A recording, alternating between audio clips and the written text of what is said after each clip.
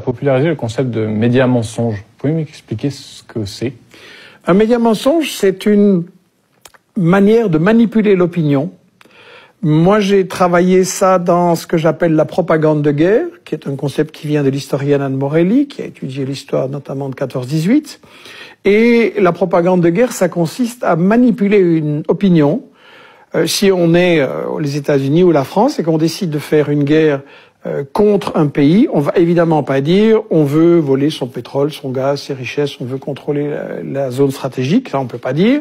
Et donc on va dire que on vient pour la démocratie, pour protéger les minorités, pour émanciper les femmes, contre le terrorisme. Ça, c'est le prétexte parfait, parce que s'il n'y a pas des terroristes quelque part, on en amène quelques-uns et le prétexte est tout trouvé.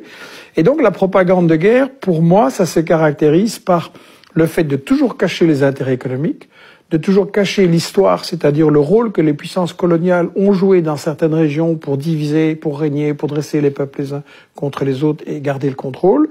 Ça se caractérise par démoniser l'adversaire, c'est-à-dire présenter des images de préférence qui le montrent comme un monstre, comme un grand danger, etc. Inverser l'agresseur et l'agressé. Meilleur exemple, Israël et la Palestine. On n'arrête pas de nous dire que les Palestiniens attaquent Israël. C'est quand même curieux. Israël les a chassés de leur pays, donc c'est lui l'agresseur. Et le cinquième principe de la propagande de guerre, c'est monopoliser le débat, c'est-à-dire empêcher... Vous savez, quand il y a une guerre, il y a toujours forcément au moins deux avis. Et donc, un spectateur devrait entendre les deux avis pour se faire son opinion. Et nous, à la télé, on a un seul avis. Il n'y a pas de débat contradictoire. Il faut toujours être pour la guerre. C'est patriotique, c'est humanitaire. Et donc voilà, ces 5 principes de la propagande de guerre, c'est ça qui est derrière ce que j'ai appelé le média mensonge. Je ne veux pas dire par là que les journalistes sont tous pourris. Je veux dire que le système des médias auquel nous sommes soumis en France, en Belgique, aux États-Unis, c'est un système qui, comme le disaient Herman et Chomsky dans ce livre « Fabriquer un consentement » que nous avons réédité là et qui, à mon avis, le livre qui explique le mieux les problèmes des médias en Occident, il disait, voilà, les médias ne sont pas là pour informer le public, mais pour lui faire accepter les décisions, les choix, les stratégies des gouvernements. D'accord. Est-ce que vous pouvez me donner d'ailleurs un exemple? Est-ce que la Libye... La Libye est tout à fait un exemple.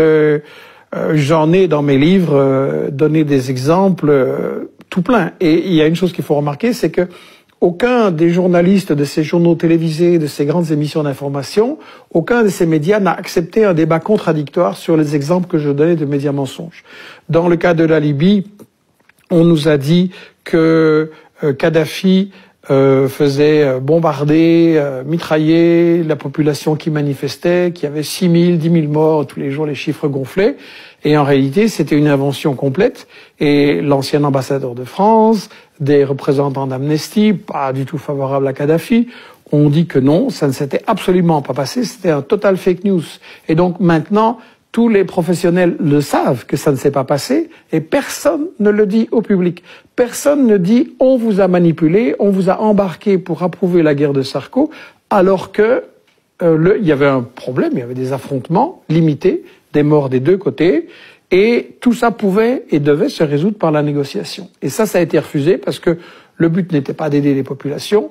Le but de Sarko, Juppé, Hillary Clinton, etc., était de faire main basse sur l'argent, sur le pétrole de Kadhafi, sur ses réserves en argent, un pays qui n'était pas endetté, c'est extrêmement rare, qu'on ne pouvait pas faire chanter, et un pays qui servait de banquier alternatif, de FMI alternatif pour les pays africains qui voulaient échapper au chantage justement du FMI, de la Banque mondiale, des multinationales, et qui leur faisait un développement. Donc on a vraiment tué un peu un sponsor de l'Afrique en l'assassinant, ce qui était le plan depuis le début. Donc la campagne de Libye, c'est vraiment un festival de fake news. Et la grande question, c'est pourquoi les journalistes qui ont fait ça refusent qu'on en débatte et qu'on en discute maintenant. Pourquoi il faut tourner la page et oublier ce qui s'est passé, alors que les résultats sont catastrophiques. On nous avait dit on va apporter la démocratie, c'est quand même rigolo. En Libye, maintenant, vous avez 2 ou 3 ou 4 gouvernements, vous avez la chasse aux Noirs, la chasse aux immigrés, la chasse aux femmes, vous avez de l'esclavage, c'est un foyer de terrorisme.